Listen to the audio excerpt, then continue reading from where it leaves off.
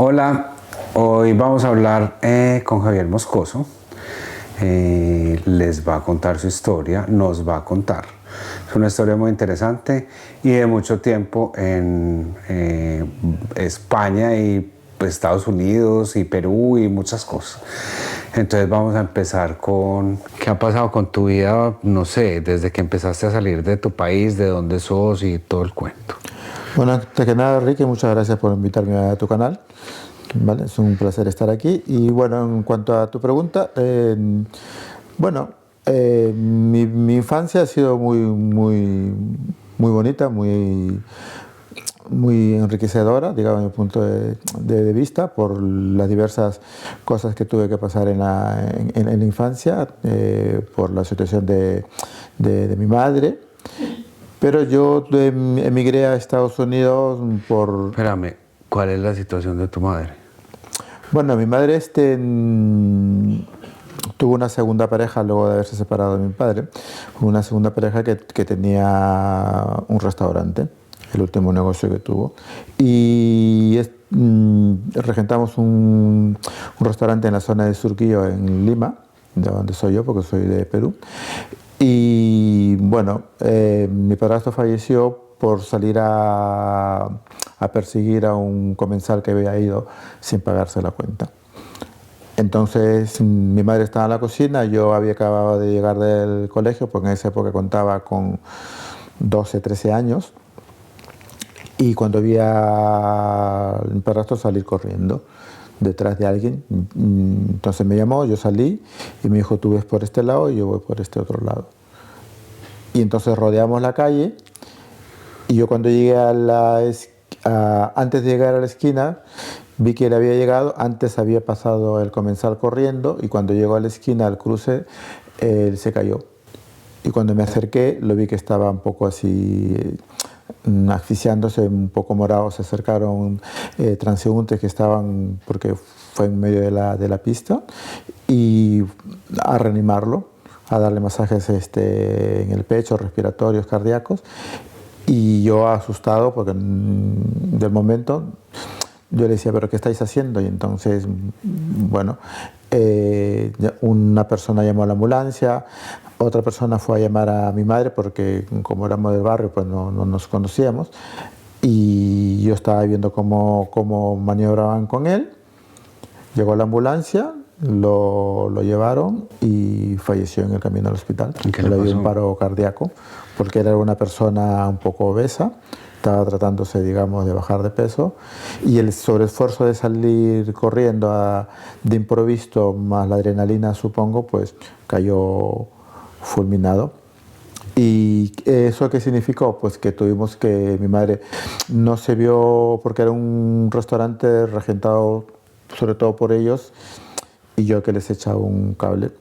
Entonces, mi madre al quedarse viuda, pues no se vio con la necesidad o la capacidad de llevarlo, porque era una zona, digamos,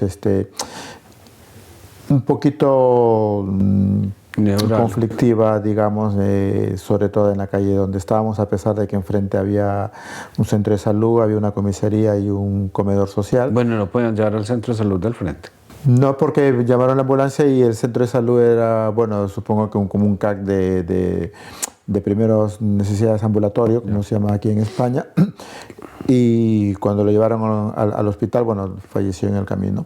Por esas circunstancias mi madre decidió traspasar el negocio y yo me fui al pueblo donde vivían mis abuelos, que se llama Chincha, en Perú, y yo me quedé con ellos y mi madre se quedó en Lima ultimando los detalles, y luego ya empezó a viajar fuera de Perú. Bueno, después de este incidente, ¿qué pasa con la mamá? Bueno, mi madre y mi madre se quedó en Lima porque ella, pues bueno, verse de un momento a otro, digamos, sola, para regentar un negocio en una época, digamos, estoy hablando del año 74, 75, trabajar, digamos, ella había sido costurera, pero a través de unos conocidos llegó a trabajar en el consulado un servicio, digamos, como regentar la residencia del consulado. En Perú. No, fuera en el exterior. Entonces estuvo viajando, estuve en Argentina, 3 años en Buenos Aires. Luego le salió para venirse a Europa, Praga, Varsovia y el último fue en Viena, unos 4 años en cada uno aproximadamente. ¿Y por qué no lo acompañaste? Porque yo estaba adolescente, porque eran viajes que eran con el embajador que ya conoció, le gustó su manera de trabajar y cuando él lo cambiaban de país, se llevaba a mi madre. Entonces yo en esa época, pues bueno, yo estaba terminando mis estudios en Lima y cuando ella empezó a viajar, que fue por el año ya 78, 79, yo estaba terminando mis estudios secundarios. Entonces, claro, no era, digamos, un poco compatible que yo fuera donde ella estuviera. Como yo estaba con mis tíos y mi tía, que se hizo cargo de mí, yo estaba y otro lenguaje, otro idioma, otro país, el descuadre del colegio. Era una carga adicional para mi madre y decidió no sé si tampoco existía la posibilidad de que fuese el caso. La cuestión es que por los motivos que sea, eso a mí me abrió otra puerta, digamos, porque luego se derivaron otros acontecimientos que para mí fueron positivos, porque volver a la tierra de mis abuelos, viví una adolescencia ahí muy, muy feliz. Y cuando yo estaba estudiando contabilidad, pero mis deseos eran seguir ingeniería electrónica, me salió, digamos, a través de mi tía, digamos, poder trabajar en un banco. Y el trabajo era para mi primo, pero mi primo estaba casado. Entonces, para acceder al banco había que ser soltero en esa época. Entonces, el padrino de bodas de mi tía, con el que yo estaba, su sobrino era el director gerente de un banco en Perú, que en ese tiempo era el Banco del Sur del Perú. Entonces me dijo pues, que si quería trabajar en el banco, y yo me trasladé a Lima. Fui a hablar con la carta de recomendación con el director general. Me puso en contacto con la jefe de operaciones, me dijeron que me iban a llamar, me hicieron una prueba de selección. No pasaron hasta 8 meses cuando un día improviso yo ya había pensado que, bueno, que ya no. Y yo estaba viviendo en Chincha, justamente estaba estudiando y entonces viajé a Lima a hacer unos trámites pues, justo para una tía. Y cuando estaba en casa de mi hermana me entran preguntando, porque yo había dado esa dirección, entonces justo viene un mensajero y pregunta justo por mí. Entonces le digo, sí, ¿de parte de quién? Me dijo, mira, vengo un recado del Banco del Sur y que te presentes el día de mañana. O sea que todo fue coincidencia. Y a los 2, 3 días cuando fue, me dijo que había pasado, digamos, el examen, pero que obviamente había unos tiempos y que sí podía empezar. Y empecé un 1 de octubre de 1982. Pues sí, mira, y por eso te decía que de un suceso, digamos trágico, derivó en una cosa que luego deriva en otra. Porque cuando yo vivía con este señor, que es la pareja de mi madre, nosotros teníamos otros planes. ¿Pero se llevaban bien o no? Bueno, yo con él poco regular porque era muy estricto. Era de la escuela antigua, digamos, y tenía una educación muy férrea. Mi madre es cierto que intercedía bastante por mí, porque me decía, bueno, haces tus deberes y luego sales. Y como cumplía, pues ya ella, bueno, intercedía para que pues dejara un margen, digamos. Pero eso a la larga, pues yo, cuando he hecho la mirada atrás, hay partes que lo agradezco porque forman parte un poco, digamos, de la disciplina que uno a después veces entiende. Que a veces es necesario. Lo que yo sí creo, y lo he sentido, es que entiendo la disciplina, ahora más que nunca, por ejemplo, cuando uno tiene hijos y intenta corregirlos y enseñarles y educarles. Bueno, ¿qué te trajo a España? Bueno, esa es otra cosa. Mi vida ha estado marcada, creo, porque el destino quiso. ¿Estás contento en España? Yo sí. Si te tuvieras que devolver, sería una cosa muy complicada. ¿Devolver a Perú? Sí. No entran en mis planes y es muy difícil. Pero no porque no ame mi patria, soy orgulloso de ser latino, peruano, aún más ahora cuando se da mucho valor sobre todo al aspecto culinario, que siempre lo he tenido, pero ahora mucho más a través de la mejor cocina del planeta. A través de las redes sociales. Sí. Y mira que tiene una maravilla del mundo como es el Machu Picchu, pero que tienes más. Pero hay un tema latente en Sudamérica que es un poco la seguridad. Ya. Y no te hablo de la seguridad económica porque, como te repito, fueron otros motivos los que me trajeron aquí a España. Pero sí es cierto que, digamos, en Europa y en España, por ejemplo,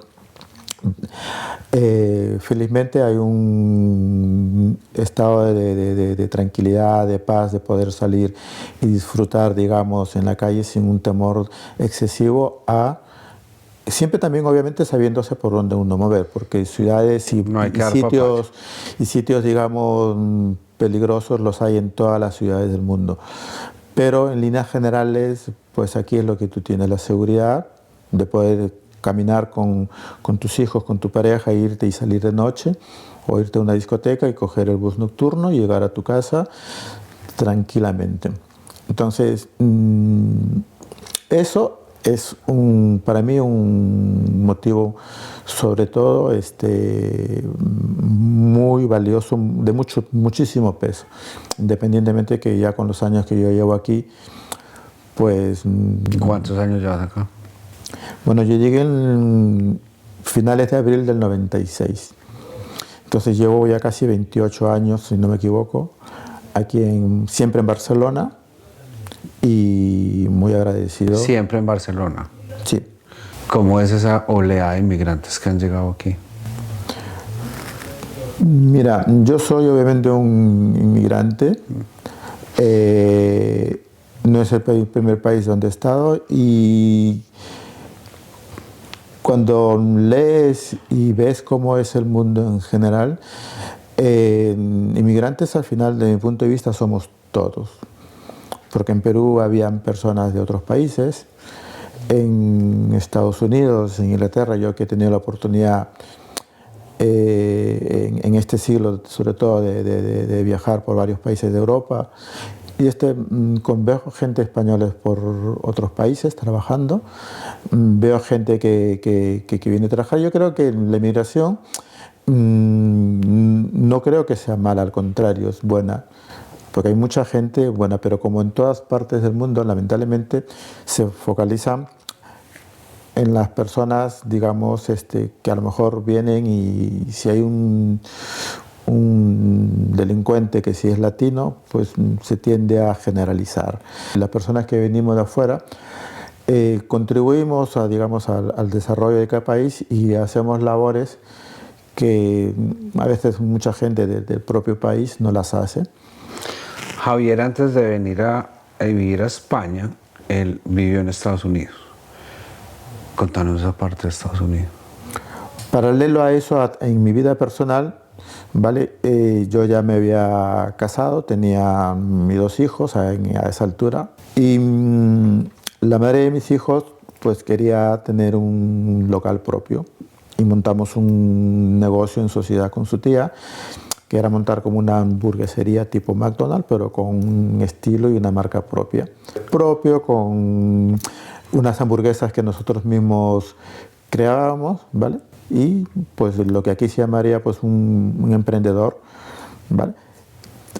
Entonces estaba en proyecto eso, incluso ya estaba el proyecto de abrirse en el 92, por ahí, y ya estaba yo, digamos, con ese proyecto. Yo había acabado de pagar mi piso en un departamento que habíamos comprado en la zona de San Borja en Perú. Entonces, ¿qué pasó con la hamburguesería? Bueno, la hamburguesería hay un conflicto familiar, porque fue una sociedad que se hizo con la tía de mi ex. El local era de ella tenía que sacar la licencia, nosotros invertíamos porque el local era de ella, entonces nosotros pusimos la infraestructura, creamos como una cabaña en lo que era, digamos, el saliente del piso, como si fuese una terraza, digamos. Lo hicimos como si fuese una cabaña toda de madera, sacamos la cocina afuera y la idea era esto, porque el local de para adentro no era tan grande. Entonces la inversión monetaria fue nuestra. Invertimos en ese tiempo, creo que serían en dólares, porque sabes que la economía en Perú está dolarizada, pues creo que tranquilamente unos $15.000 de la época. Cuando abrimos el restaurante, estaba al lado del gimnasio. La tía tenía un gimnasio, era exclusivamente para mujeres, ¿vale? Y claro, no era compatible, digamos, que salieran del gimnasio a comerse una hamburguesa y una Coca-Cola. Bueno, pero una hamburguesa vegetariana. Tenía como un poco, digamos, de ambas versiones, con opciones light, digamos para las personas. Pero cuando abrimos tuvimos una inspección y nos dijeron que no teníamos licencia. Cuando fue la madre de mis hijos a la municipalidad, resulta que no había la licencia, que no se le habían dado, que no la había gestionado, y ella no dijo nada. Entonces, claro, ella se enfureció, se le dio mucha cólera, que le habían engañado, y habló con un regidor. Tuvo la suerte de que le escucharan, porque ella le habló desde el corazón y desde la verdad, y explicó cómo había sido, digamos, el pacto, digamos, y le ofreció y a sacarle la licencia, pero tuvimos que cerrar momentáneamente hasta que fuese un trámite burocrático. En ese tiempo la tía se va a Estados Unidos y deja a cargo al hijo mayor, y el hijo mayor, ya cuando nos dieron la licencia y abrimos, pues nos quiso cobrar un alquiler. Y nosotros le dijimos que no, entonces hubo ahí un conflicto. Y yo, paralelo a eso, ya tenía algunos problemas con mi ex, un poco derivados de eso y otros derivados de la propia de la relación. Y yo entonces decidí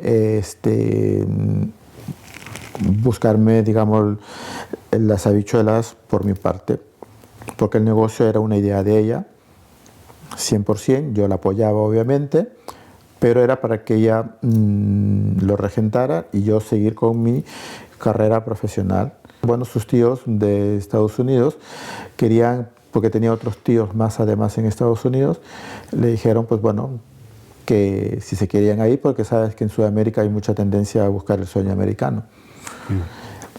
Y bueno, resulta que intentamos sacar el visado a Estados Unidos. Bueno, intentamos sacar 3 veces el visado a Estados Unidos y no lo denegaron.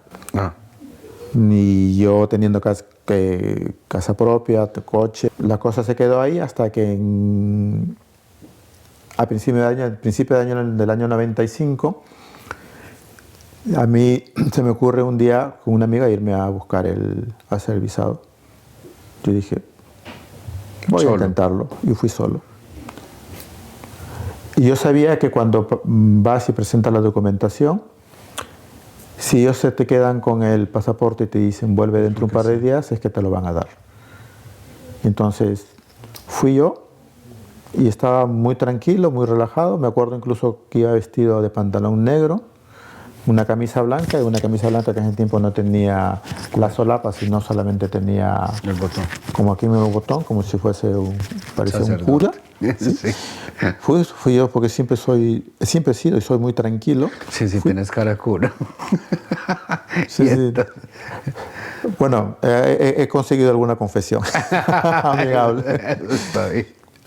Y cuando yo salgo, digo, mío, me la han dado. En mi casa no dije nada. Regreso cuando me dice, y ahí sí, cuando llegué a casa, le dije, mira, enseñé el pasaporte a la madre de mis hijos, mira, tengo el visado, me lo dieron por 6 meses. Creo que fue por abril o mayo porque se vencía en octubre. Ese espíritu que ahora lo tengo sagitariano y aventurero de viajar, como que lo tenía, no me daba, y entonces, bueno, no tenía la necesidad. Y entonces, bueno, me salió el visado y estaba ahí. Y en eso que en julio de ese año llegan 2 tíos de Miami y llegan a pasar vacaciones. Entonces en una visita que nos hicieron y que estuvimos compartiendo ahí con otros familiares, mi ex le dice, oye, que a Javier le han dado el visado para Estados Unidos. Y dice, sí. Pues, ¿por qué no te vas a Estados Unidos? Y yo le digo, pero yo no tengo necesidad. Y entonces me dice, pero mira que ahí hay otras oportunidades, mira que piensa en René, que ella ya se puede llevar. La tía que nos había hecho esa jugada con el negocio, tenía dos hijos que eran muy apegados con mi ex, y ella tenía mucha conexión con ella, a pesar de todo, y entonces dice, pues te vas tú primero y luego se van ellos y esto y que el otro, bueno. Pero ella no tenía visa. Ella no tenía la visa, pero dijo, pues bueno, ya que tengo el visado, voy yo a probar a ver qué tal. Como yo llegaba a casa de ellos, y la cuestión es que, pues bueno, en agosto, cuando ellos se vuelven a Estados Unidos, yo me volví con ellos. Me fui con ellos a Estados Unidos. ¿A dónde? ¿A New Jersey? No, a Miami, a Kendall. Llegamos ahí y fue una experiencia, bueno, de todo tipo, porque tuve problemas para entrar, no me quisieron dejar entrar, me fiscalizaron el pasaporte de arriba abajo y al final el funcionario me dijo que de 6 meses nada, que lo que él dijera. No, me dijo, como no me encontró nada porque me revisó la maleta, el traje, los panqueques, el zapato de goma por si llevaba algo. ¿Qué son los panqueques? Del traje, del saco, lo que lleva aquí, las sombreras, como las sombreras, sí. Pues como si llevara algo, y me dijo, te va a dar un visado solamente por 9 días. Y yo pensaba, yo le dije, ¿por qué? Si me han dado al consulado por 6 meses, tengo hasta octubre. Sí, me dice, a mí lo que ahí te hayan dado, aquí no vale, aquí sirve lo que te digo yo. Y sí, y es verdad. Y yo dije, pues bueno, tú déjame salir de aquí que ya verás si me vas a encontrar. Ahora nos vemos. Pues salí del aeropuerto, salí de la oficina de él con mi maleta, con toda la ropa revuelta y todo lo demás, salgo. Y cuando salía, me encontré con 2 de los funcionarios que me habían elegido. Sabes que cuando sales del avión te van eligiendo. Y yo cuando paso por delante de ellos, que ellos que me ven saliendo, se miran entre ellos y diciendo, ¿qué pasó? Entonces me llama, yo me acerco y le digo, me dice, tu pasaporte, tu billete, no sé qué. Me dice, enséñame tu maleta.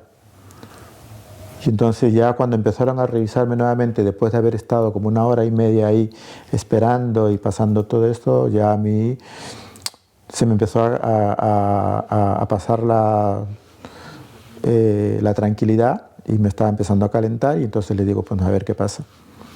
Si ya me han revisado ahí, yo ya tengo los días de visado que me ha dado el funcionario, que me ha dado 9 días, lo tengo todo en orden, ¿cuál es el problema?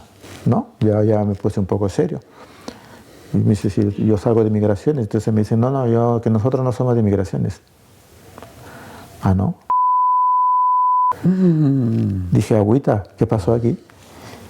Me lo revisaron todo. ¿Otra vez? Y bueno, hasta que cuando lo miraron todo, y yo ya, pues cuando me dijo son palabras mayores, yo ya dije, pues bueno. Entonces, como no tienes nada que esconder, pues al final, pues bueno, a regañadientes, pues bueno, dijeron, pues vete. Y mis tíos estaban ahí esperando, porque claro, no podían saber tampoco que yo iba a llegar a casa de unos familiares.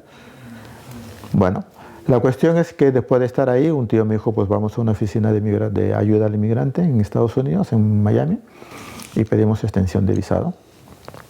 Y me dieron, creo que en el tiempo, hasta marzo, abril, justamente me dieron por 9 meses. Entonces, si me dieron por 9 meses la extensión del visado.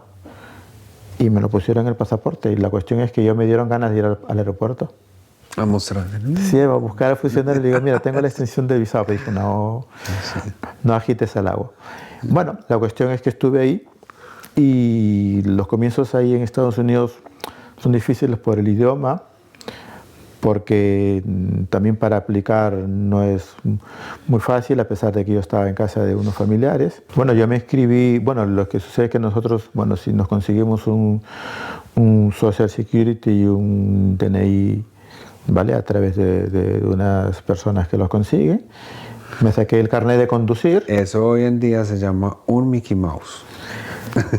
Me saqué el carnet de conducir por lo que tú dices, porque en Miami tú sabes que los autobuses van rectos, cogen la 72, van todo recto, que son, unos van de norte a sur y otros van de oeste a oeste. Y lo que es el tranvía o el tren, que hay un solo tren, al menos en esa época, que va de norte a sur y llega hasta el downtown de Miami. Entonces, si tú tienes que ir de este punto a este punto, digamos, en la que tienes que coger 2 buses que hicieran la intersección, y cada bus tarda de media hora a 40 minutos. No. Por eso en Miami la mayoría de la gente tiene coche. Me saqué el carnet de conducir, que en esa época en Estados Unidos se podía sacar el carnet de conducir con el pasaporte o con el visado para poder transitar. Entonces saqué la drive licencia y me compré el coche para poder movilizarme para buscar trabajo. Encontré trabajo en un supermercado de noche y luego con mi primo empecé a trabajar instalando puertas y persianas de aluminio, que en esa época era un boom a raíz de la tragedia del huracán Andrew. Ah, sí, también. Que casi se carga las aseguradoras de Miami, pues cuando hubo el huracán, pues devastó la ciudad. Y incluso cambiaron la normativa de construcción, de que las puertas, en vez de que se abrieran hacia adentro, se tenían que abrir hacia afuera para hacer un contraviento. Y las aseguradoras exigieron que todas las casas tenían que tener, casas y departamentos tenían que tener... O sea, cambiarle a todo Miami la ventanería. No, sí, había mucho trabajo. Claro. Entonces, con unos primos que ya llevaban años ahí, que justamente habían trabajado en una empresa del ámbito de las persianas de aluminio y contraplacas, ellos con un socio, con un amigo cubano, se independizaron y montaron una empresa de montaje e instalación en domicilios. Como ellos hablaban bien el inglés y ya tenían obviamente la residencia, pues yo me fui a trabajar de ellos de ayudante. Entonces íbamos con la furgoneta a alguna casa, ellos hacían el presupuesto y a coger un taladro, a ponerte el mono de trabajo y a hacer un trabajo que yo pues Nunca. No lo había hecho, incluso cuando trabajaba en el supermercado. Pero es enriquecedor porque conoces otra cultura, su manera de pensar, su manera de trabajar, su manera de ver las cosas. Ya, ¿qué pasó? ¿Por qué te viniste para acá? ¿O qué siguió? ¿Qué país sigue de Estados Unidos? Bueno, yo estando en Estados Unidos,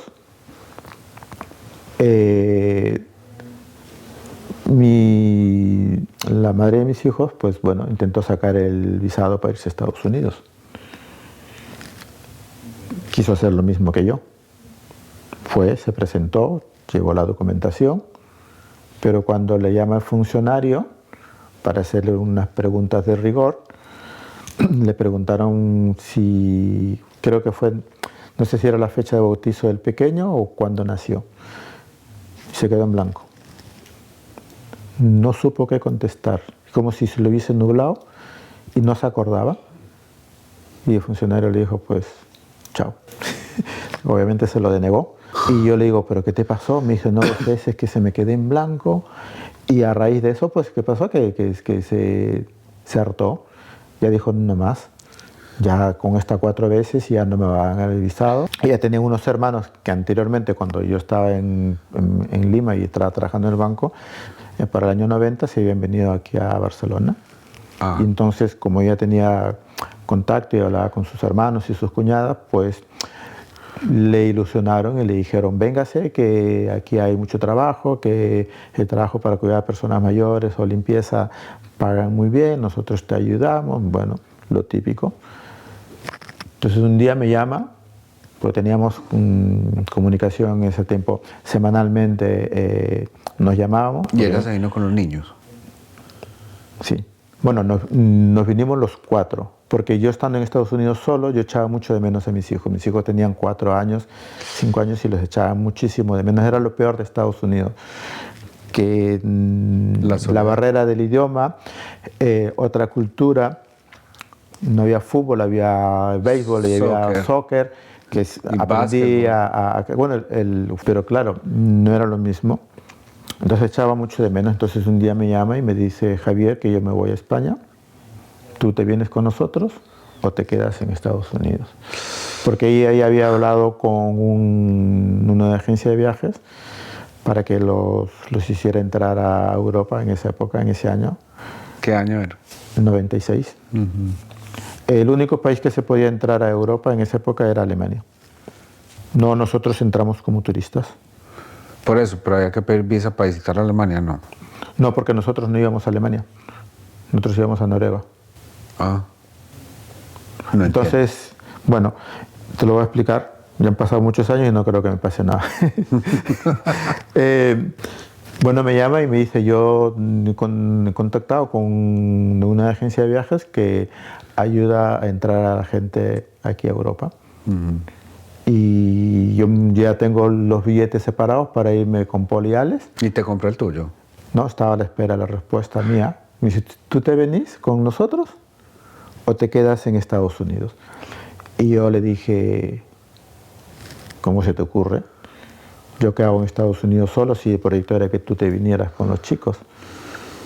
Porque ya que estoy aquí y ya que hemos decidido apostar por esto, bueno, si tú te vas a España, que vas a entrar de esa manera, tú no puedes entrar a Estados Unidos, yo no puedo salir porque yo todavía estoy en situación irregular. ¿Cómo hacemos? Yo le digo, no, yo me voy con vosotros porque aquí también la situación en Estados Unidos en esa época, y creo que ahora peor, regularizar una situación en Estados Unidos es muy difícil. Si no tienes un familiar, o te casas o pides asilo. Cuando ella me plantea volver a que ella se iba a Barcelona, yo me planteé esto como, primero, una segunda oportunidad que te podía dar la vida del tiempo que estás separado, que eran casi ya 8 meses y medio en ese momento, de echar de menos todo. ¿Qué llegaste a hacer a Barcelona? Bueno, estuve trabajando, te digo, con una persona tetrapléjica. Consiguió trabajo mi cuñado. Luego a través de una agencia conseguí trabajo, trabajé con una familia, un par de personas mayores en casa, sobre todo para atender a él, que se llamaba Arturo, y la yaya que se llamaba Rosamari, creo que se llamaba. Yaya en España es abuela. Exactamente. Y no miento, se llamaba Carmen. Y ella estaba muy bien. Y entonces yo llegaba a las 8, 8 y media de la mañana, llegaba, lo levantaba al abuelo, lo aseaba, lo vestía, le daba de desayunar y ayudaba con las tareas con la yaya. Y luego hacer caminar al yayo durante la casa, porque tenía en esa época 84 años. Entonces no salía a la calle, a pesar de que tenía el caminador o el taca-taca, y estar por él. Pero como tenía tiempo, pues me ponía con la yaya, me enseñó algunos platos y aprendí catalán, porque ellos veían todo en solo catalán. TV3 o el 33 en catalán. Y entonces aprendí el catalán, pero ella me hablaba también en español. Me dijo, Javier, si tú quieres, te hablo en español. Y yo le dije, no, hábleme usted en catalán, porque más o menos lo entendía, y cuando no había que no le no me sonaba, le preguntaba y la yaya era muy divertida y muy animosa, muy, digamos, muy echada para adelante. Y ella cocinaba y luego cuando terminaba, pues, terminábamos de comer, que se ponía a ver una telenovela que se llamaba Ni Saga de Poder y luego me ponía a jugar dominó con el yayo hasta las 8 así más o menos, que le daba de merendar, cenar, lo acostaba y me iba. Y bueno, es una cosa que tampoco lo había hecho, pero que la tienes que hacer porque tienes que trabajar y tienes que hacerte, digamos, un lugar mientras encuentras una regularización de los papeles. Javier hoy trabaja en un almacén que no puedo decir marcas, pero pues y es una cadena muy buena. Él tiene ya un puesto completamente diferente. Es de los latinos que uno dice salió, ¿sí? Y que se metió a trabajar en su cuento, que eran los números, porque vos siempre has trabajado entonces Yo con ya números. tuve los papeles, ¿vale? Que me hicieron un contrato de trabajo, una revisión, un señor. Pues eso es un proceso, porque el primer permiso que da en ese momento era solamente para limpieza, cuidados de personas mayores o agricultura. El segundo permiso ya es para más campos, ya más en general.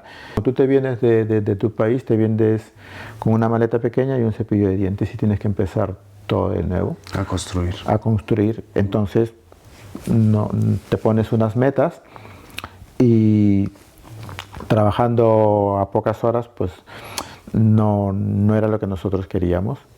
Cierto era que cuando cuidaba a personas mayores por horas y esto te ganas bien la vida, pero claro, no tienes vacaciones, no tienes, no ganas si faltas por enfermedad, si fallece la persona mayor, pues tienes que buscarte otra vuelta, entonces no era lo mío. Entonces empecé a buscar un poco más en unas empresas. ¿Y qué hacía tu ex? Ella sí empezó a trabajar porque ella desde que llegó al día siguiente empezó a trabajar. ¿En qué? Bueno, cuidando personas mayores, en limpieza. Entonces, mientras los dos trabajaban, ¿con quién se quedaban los niños? Bueno, como al principio me costó a mí, parte conmigo y parte a veces pagábamos una chica para que los vaya a ver, pero nosotros los niños los hemos educado siempre muy responsables y bueno, también nos ayudaron algunos cuñados, digamos, para las horas, pero como estaba en edad escolar, ¿vale? Y salían a las 5 de la tarde, pues ya nos buscábamos, digamos, la manera de que alguien fuera a buscarlos, hasta cuando nos compramos el piso por la zona de Maragall, porque vendimos el departamento de Perú, dimos la inicial, y compramos el piso en Maragall. Y cuando compramos el piso en Maragall, la escuela estaba a 2 calles, y mis hijos han sido siempre muy responsables, muy educados, y el mayor iba con su hermano porque han sido siempre muy unidos, llegaban a casa. Muchas veces podía coincidir yo con ellos, les daba la merienda y entonces era una entrada y salida. ¿De cuántos años llegaron ellos acá? 5 o 6 años. Y hoy están aquí. Sí. O sea, toda la familia se quedó. Sí, al final, claro, nos vinimos los 4. Cuando mi mujer me llamó en ese momento y me dijo, ¿te quedas en Estados Unidos o te vienes con nosotros? Es que nos fuimos los 4. Y en ese momento era una empresa arriesgada. Porque si nosotros llegamos a Frankfurt y nos devuelven, Sí, claro. es yo salir de Estados Unidos Y una deportación de Europa. y luego que te regresaran los 4 con la inversión que en ese momento, que creo que en ese momento fueran 7.000 o 10.000 euros los billetes de los 4, porque eran ida y vuelta, obviamente. Entonces, toda esa inversión, entonces, claro, nos fuimos los 4. Era, como se dice en mi país, pato o gallareta, sale o no sale, y salió. ¿Qué le puede decir uno a alguien cuando yo como inmigrante te pregunto, Javier, ¿por qué no me iría a España? Bueno, porque la situación de ahora ha cambiado a la época en la que nosotros nos vinimos. Las ciudades se van globalizando, se van llenando y es cierto que creo que siempre hace falta mano porque el inmigrante hace de todo, no elige, y no margina a nadie en el sentido de decir cuando se dice equivocadamente que le quitamos el trabajo a los demás, no es así. Lo que nosotros somos capaces de hacer trabajo que no hace nadie con tal de llevar un dinero. Yo llevo 26 años aquí, más de 26 casi, y llevo casi tantos cotizando a la Seguridad Social y jamás he cobrado el paro. ¿No? Nunca he cobrado el paro, porque nunca me han echado de un sitio y cuando yo he buscado... Espérame. Él nos va a explicar qué es el paro, porque realmente en Canadá existe una cosa que es el seguro de desempleo. Me imagino que es parecido. Pero aquí yo he oído que la gente se queda en paro 6 meses, después hacen una reevaluación y vuelven y se quedan, que es lo que todavía yo, por ejemplo, como latino, no he podido entender cómo funciona. Bueno, a las personas trabajadoras que han cotizado un mínimo de 2 años a la Seguridad Social, tienen derecho a un subsidio de desempleo que se llama entrar en la cola del paro, porque para tener derecho a ese subsidio te tienen que haber despedido de un trabajo o haber finalizado tu contrato. Si tú renuncias no tienes derecho, porque obviamente tenías un trabajo y lo has dejado voluntariamente. Cuando te quedas en esa situación de desempleo involuntario, sea porque te han despedido o sea porque has finalizado tu contrato, la empresa te da una hoja de prestaciones donde tú te inscribes al INEM. ¿Y qué es Como eso? el INEM es un Instituto Nacional de Empleo Metropolitano que hay, por ejemplo, en Barcelona. Entonces, desde que finaliza tu contrato o te han despedido, tienes creo que 15 días para inscribirte y accedes a la cola del paro con el derecho al subsidio, que dependiendo de lo que hayas cotizado o ganado, pues te dan un porcentaje que creo que es entre el 60 y 70% de lo que has ganado, más o menos. Bueno, y entonces ellos también te ofrecen, digamos, teóricamente trabajo, porque teóricamente funciona también como una bolsa de empleo. Pero ese paro también es... ¿Nunca has entrado al paro? O sea que tampoco has usado una bolsa de empleo para buscar trabajo acá, nunca. Para lo que es el INEM, no. No. Para otros sectores sí, a través de InfoJob, por ejemplo, o LinkedIn o empleo sí. Para cambiar de trabajo, sí. Bueno, pero nos devolvemos. Estabas diciendo que le dirías a alguien que los tiempos han cambiado y que el cuento está muy complicado. Bueno, porque actualmente tanto, digamos, los requisitos para entrar y los controles, tanto de fronterizos y ciudadanos, digamos, con los visados o con incluso visados de estudios o permisos para estudiar y residir o trabajar, porque antes solamente había permiso, por ejemplo, solamente para estudiar, ahora hay para estudiar y trabajar, que puedes trabajar máximo 30 horas para que sea compatible con el estudio. Son cada vez un poquito más difíciles, pero que también es cierto que cuando uno viene a un país que no es el suyo, hay cosas que los que están aquí no te cuentan. Es decir, no te cuentan la parte buena, pero no te cuentan la parte mala. Que se recoge la plata en el piso con las O recoger de los árboles, o que se van a pelear por ti, o te van a pagar un montón de dinero. O que tienes que hacer cosas que tú no habías. Entonces, tú puedes haber tenido tus estudios en tu país de origen, pero si no los has homologado, no te sirve. Tú puedes haber tenido mucha experiencia en tal o cual sector, pero acceder a eso no es tan fácil. Primero, si no tienes la documentación, y segundo, porque obviamente entramos cada vez más en un mundo globalizado y muy competitivo, que ahora, por ejemplo, para cualquier trabajo, pues te piden ya el inglés. Si yo homologo mi carrera, ¿es garantía de que consigo trabajo? No es garantía, pero es un factor, un plus muy en cuenta. Pero yo creo que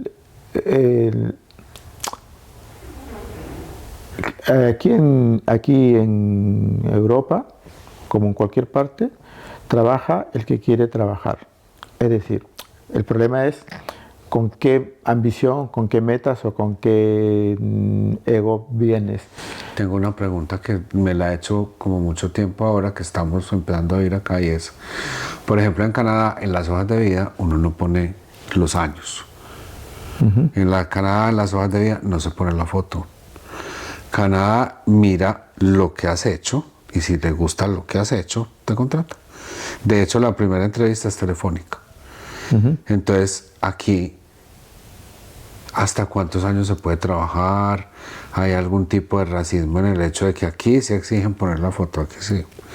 Entonces, no sé, que uno dice, bueno, yo voy a emigrar a los 50 años, pero ¿qué posibilidades tengo de trabajar en Europa o en Barcelona más específicamente después de los 40, 45? Porque en nuestros países, por ejemplo, en Colombia, a los 30 ya sos viejito para trabajar.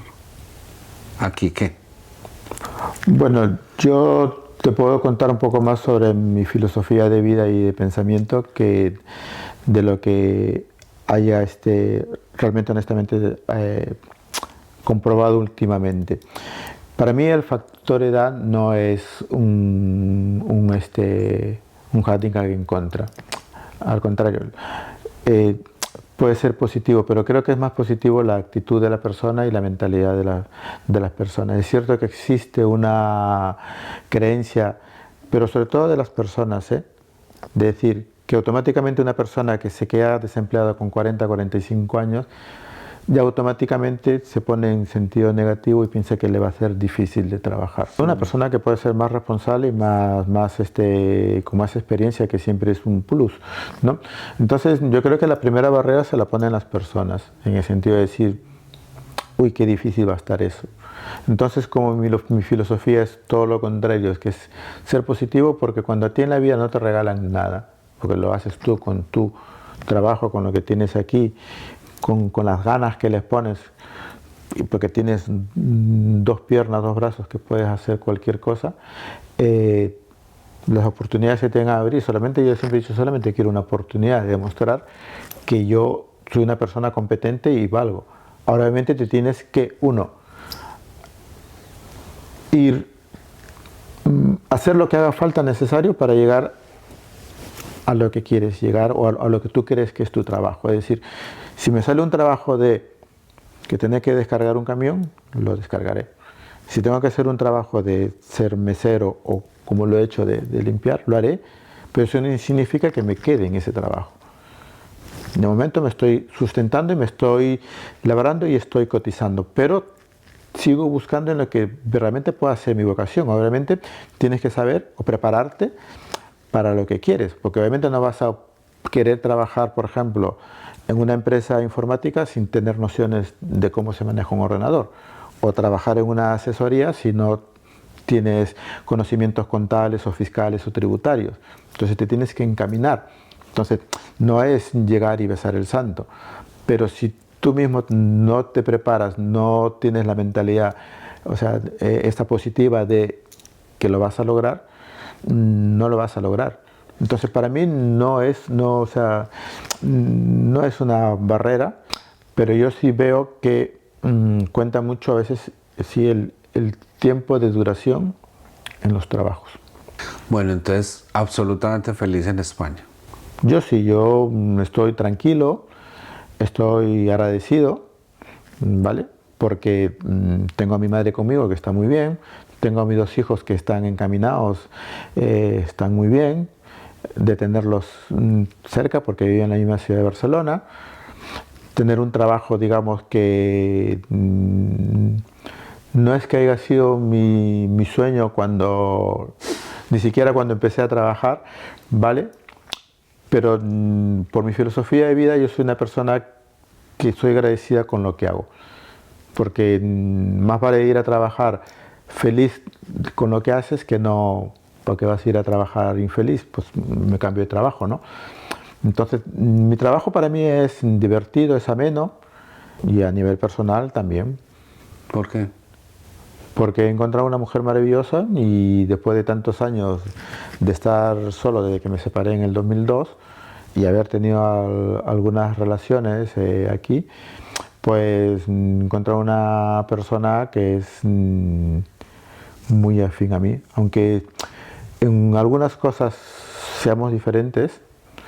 Es de otra cultura.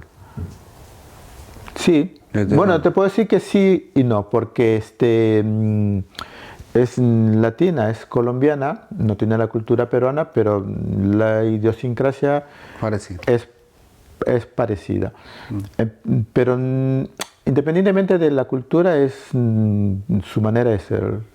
Lo que te gusta de las personas o lo que hace diferente a las personas es su manera de ser. Yo lo digo, ¿no? Es decir, a mí me da igual ir al cine que ir a la playa o a la montaña. Me da igual, lo que lo hace especial es con quién vas. El beneficio, digamos, a estas edades, empezar una nueva relación es que lo haces más, no tan pasional y emocional, es más cerebral. Es pensar en todas las cosas que te aportan. Yo hace poco tuve una conversación con mi hijo y le dije, mira, si una persona llega a tu vida y llega a sumar, dale la oportunidad. Que no te reste. Exactamente. Mientras no te reste, como mínimo que no te reste, pero que te sume. Y entonces si te suma alegría, si te suma conocimiento, si te suma la forma de expresar el amor, porque también lo expresamos de manera diferente, es constructivo. Y lo que tú dices, yo lo manejo en el trabajo, es decir, las diferencias es que nos hacen crecer. Si todos pensáramos igual, pues iríamos solamente por aquí y no descubriríamos este camino. Entonces, el kiki es cómo manejas esas diferencias. Que hay que saber, como digo yo, no es lo que dices, no es cómo lo que dices. A ver, ¿por qué decidiste quedarte en Barcelona y no salir? Es que yo veo que la gente le tiene terror a los impuestos aquí. Entonces todo el mundo dice, es que en España se paga mucho, vámonos a vivir a Alemania, vámonos a vivir a Andorra, no sé qué. ¿Por qué te quedaste aquí? Por la familia. Y ellos nunca se quisieron ir. No, porque como te digo, mi ex se asentó muy bien, porque se ha ganado muy bien la vida. Claro, ya nos compramos el piso, la hipoteca te ata, luego los hijos pequeños. Y sí es cierto que estando en Europa y desde el 2000 con la Comunidad Europea tienes un recorrido territorial un poquito más grande de poder, pero como te dije también al principio, la facilidad del idioma aquí es grande. Yo que he tenido oportunidad de estar en Roma o en Edimburgo, por ejemplo, o en el mismo Frankfurt, si no te alías con el inglés, lo tienes un poco crudo. ¿Qué experiencia tuviste con el catalán acá? O sea, al principio no fue muy complicado, o sea, era venir de Perú, Estados Unidos, España, y llegar a España pensando uno, bueno, no sé en esa época si ya lo tenías claro, pero llegas acá y te chocas con ese otro lenguaje. No, lo que me causó fue asombro porque yo sabía que Barcelona era una ciudad industrial, cosmopolita, moderna, con mucha cultura, pero no tenía idea del catalán. Pero es que es más, además no tenía idea de que existiera un euskera o existiera un gallego. Que si me pones en contexto, me quedo con el catalán, porque el catalán no lo sé por qué, porque hay unas palabras que son muy fáciles de deducir, no me ha sido difícil. Quizás porque trabajé con estas personas mayores y el tener todo el día el programa del catalán, pues se te va haciendo el oído, no me fue difícil, pero sí me chocó al principio, digamos, que tú dices, pues vale, estás en el centro de la lengua castellana, donde nació Cervantes en España, y tienes 3 idiomas, aparte del valenciano o el mallorquí, que es una variante del catalán. Entonces, España es castellano, donde se habla en Madrid, parte de Andalucía, porque también tiene sus jergas los andaluces, aunque se hable español. Entonces, ves una diversidad fonética aquí que a mí y sobre todo, por ejemplo, ya en el ámbito, por ejemplo, político, llamar el País Vasco. Aunque a mí no me suena de extraño, porque nosotros en Perú tenemos un departamento que se llama Arequipa, que ellos piensan que son independientes. Ah, no, en Colombia también hay uno que se llama, de donde yo soy, Antioquia, y es la misma cosa. Y entonces, pero los arequipeños dicen que ellos tienen su pasaporte arequipeño y que tú para entrar a Arequipa necesitas pasaporte y ellos son muy, muy creídos, muy dados así, como que son especiales. Entonces, vale. Entonces, cuando vine aquí, pues vale, primero con el País Vasco, luego Cataluña, ya no solo con el idioma, sino, bueno, los independentistas, por ejemplo, y entonces dice, pues caray, pues parece que están más divididos que nosotros. ¿Me explico? Y cuando yo, mira, me siento muy catalán, me siento muy de Barcelona, o sea, identificado plenamente con esta tierra, a pesar de que he viajado por varias ciudades de España, pero por ejemplo, hablando del tema del independentismo, es un tema que es muy complicado, pero que, de mi punto de vista, y entendiendo, digamos, la cultura de los verdaderos, o sea, de los catalanes, que son los que viven más en Girona o en Lleida, por ejemplo, o en la parte interior de Barcelona, porque en Barcelona ciudad es muy cosmopolita y hay de muchas regiones, aún entendiendo eso, creo que es una cuestión más de interés político que, a mi juicio, y si siendo y sintiéndome catalán, no es beneficioso para nadie.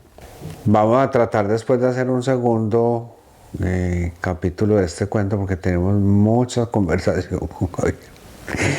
Hay mucho que conversar y queremos saber hasta dónde llega. Hay temas que se quedaron pendientes, hay unos temas pendientes que a la gente le gustan. Comenten, pongan en los comentarios que quisieran escuchar, que quisieran que Javier nos comentara. Le pueden hacer comentarios a él en los grupos de los comentarios y él los va a responder también, él va a estar revisando. Yo muy agradecido contigo, Ricky, por haberme invitado. Se me ha hecho relativamente muy corto. Cuídense mucho. Y den like. Muchas gracias. Porque esto lo tenéis que escuchar de nuevo. Escucha esto de nuevo, no olviden suscribirse y nos estamos viendo luego. Que estén muy bien. Chao. Bye bye.